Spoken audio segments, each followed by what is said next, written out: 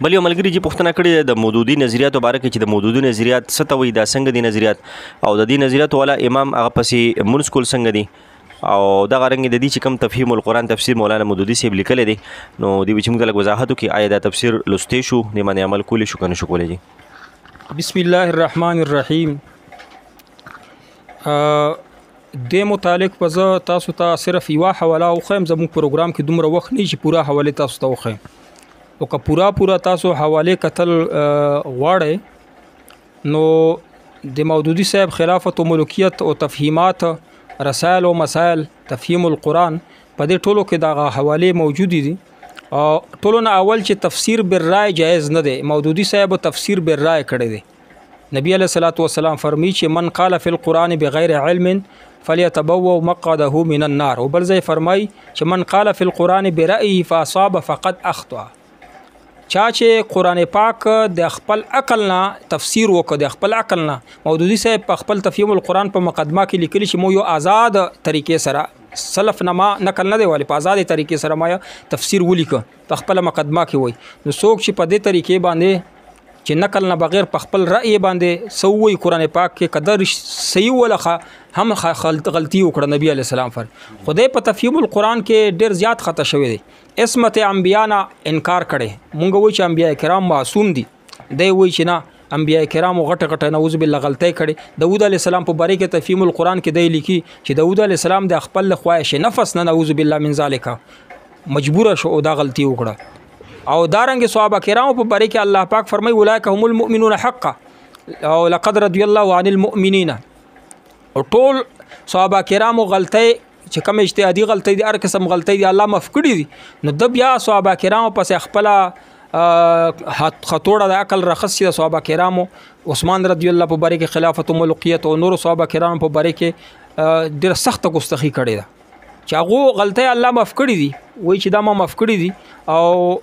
هر څه کوي عثمان رضی الله باره کې، خو نبی علیہ السلام فرمایل چې جنگ تبوک کې هغه امداد وکړو چې دینه بعد چې عثمان رضی الله چې هر څه کوي دا بخلې دي. نو هغه باوجود د عثمان رضی الله تعالی عنه دغه باندې ذکر کړي چې دلته کې د غلط شوی دی. انبیاء کرام په باره کې ویلي چې انبیاء کرامو کو دا کار نه وی کړي، نو دا باندې شوی نه خپل عقل استعمال کړي. عصمت انبیاء انکار کوي، د خلفاء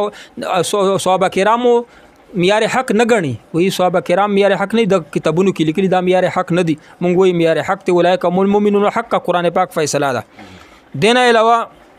مودودي صاحب د خپل د اسلافو ډېر سخت توهین کړی دی. او شرح الفقه الاکبر کې لیکلي چې من ابغض عالما من غیر ثواب ظاهرا خيف عليه الكفر. څوک چې د اسلافو ګستاخی کوي د په خپل ایمان باندې ویریږي، نو چې د کافر شي په دې باندې. او بیا د ائمه اربعه او تقلید نه کوي، دغه خلاف سو مسله امام ابو حنیفه رحمت الله علیه په بری کې لیکلي دلته پوه شوی نه دی، خپل عقل استعمال کړي. خو زه وایم هغه عالمانو ته چې د علماء کرام لکه شیخ الطاف صاحب شو، شیخ الطاف صاحب چې کوم د مولانا الطاف صاحب د بنو ولادي د پېښور کې دی، یا په حیات آباد کې د مولانا اسماعیل صاحب چې هغه مودودي دي او د دفاع کوي، وایي چې دنه که غلطۍ شوی نو انسان د غلطي تکیږي. د مجتهدینو چې کومه غلطیانې وي هغه قابل معافي وي، هغه اجتهادي غلطۍ وي. دا سه یو عام کس چې غلطي کوي په قرآن پاک کې هغه ګناهګار دی، هغه ولا غلطۍ قابل معافي نه دي، هغه پس روان چې نو بیا سړی گمراه کیږي. نو تاسو دغه شیخ الطاف صاحب، مولانا اسماعیل صاحب، تاسو ماته د دې صرف د یوې حوالې جواب راکړئ، صرف چې د په تفهیم القرآن اول جلد کې لیکلي دي، د تفهیم القرآن دی اول جلد صفحہ نمبر 288 کی دی لکھی کہ سودخوری جس سوسائٹی میں موجود ہوتی ہے اس کے اندر سودخوری کی وجہ سے دو قسم کے امراض پیدا ہوتے ہیں. اخلاقی امراض، سود لینے والوں میں حرص و طمع، بخل اور خود غرضی، اور سود دینے والوں میں نفرت، غصہ اور بغض اور حسد. څوک چې سود کوي نو هغه کې د شپږ بیماری وي، ګناونه یې پکې. نو وایي چې احد کی شکست میں ان دونوں قسم کی بیماریوں کا کچھ نہ کچھ حصہ شامل تھا. احد کې چې صحابه کرامو ته عارضی شکست وشو نو په دې وجه شو چې دوی سود خور او د شپږ ګناونه په دوی کې، نعوذ بالله من ذلک، استغفر الله رب. نو دې تعویل بسنګ کوي علماء کرامو، دې بس تعویل کا زه درته دا پیش کوم چې دا مجتهد نه او دا اثر عالم نه دی، په پوهېدونه د بسم الله الرحمن الرحیم معنا غلطه کړي نور پوره تفسیر خلا پرېدا زه صرف یو حواله درته د بسم الله الرحمن الرحیم خایم مونږ وایو چې بسم الله الرحمن الرحیم دا صفحه نمبر دا 44 کې مونږ معنا کوو د بسم الله الرحمن الرحیم علماء کرام معنا کوي چې الرحمن صفت مشبہ ده الرحیم هم او د کې مبالغه ده زیاتواله پکې مراد دی الرحمن دا سه د الله صفت ته یعنی دا د غطشان په وزن باندې دی چې سړی زیاته تنده ورته راشي الرحمن یعنی دا سه مهرباني چې جوش کوي یو دریاب راشي سمندر راشي په جوش کې وینو وای ډېر په جوش کې دی نو الرحمن کې جوش ته الرحیم کې دوام دی دغه صفت کې الرحیم کې دوام دی او عام علماء کرام معنا کوي چې الرحمن دا یو عام صفت ته چې کافر باندې مهربانه دی په مسلمان باندې الرحیم دی الله یو بل خپل صفت ته چې په آخرت کې په صرف په مسلمانانو مهربانه نو څومره خپل د الله نومونه د خپل مناګانی دي او دی وی چې دا رحیم چې دا محمل له د داسې معنا دی لکه وی چې الله جل جلاله د کافیا برابر ولا چې مونږ وی چې روټي شوټي پانی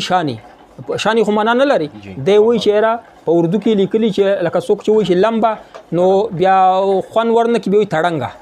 او بیا دارنګ چې وای چې رفیا سخی ته وای سخی نو خون ورنه کې وای چې داتا ور سره ملاو ګوره چټه نو دا د بسم الله الرحمن الرحیم چې معنا نشته بلکې دا محمل لفظ کافیا الله ور سره برابر کړي د الله بندگانو دا سره عالم نه دی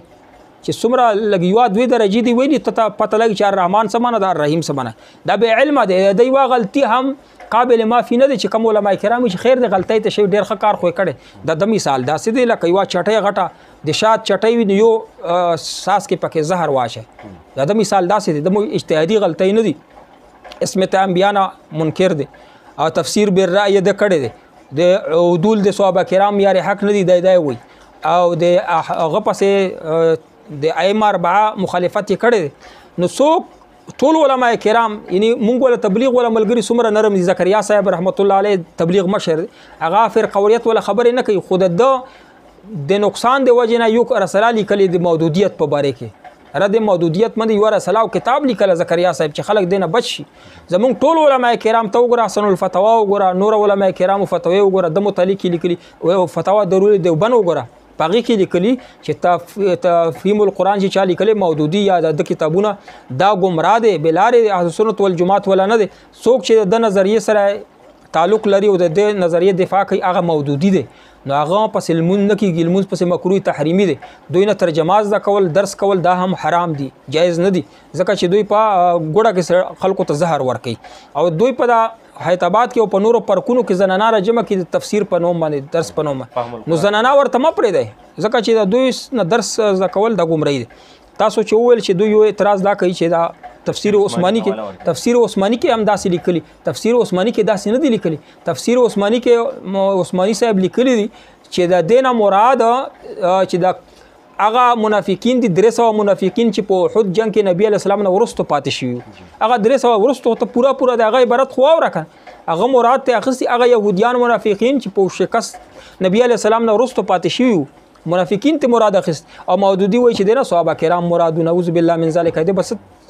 تاسو وکوي الله پاک دې شر نه او دې فتنه نه مسلمان په امان امين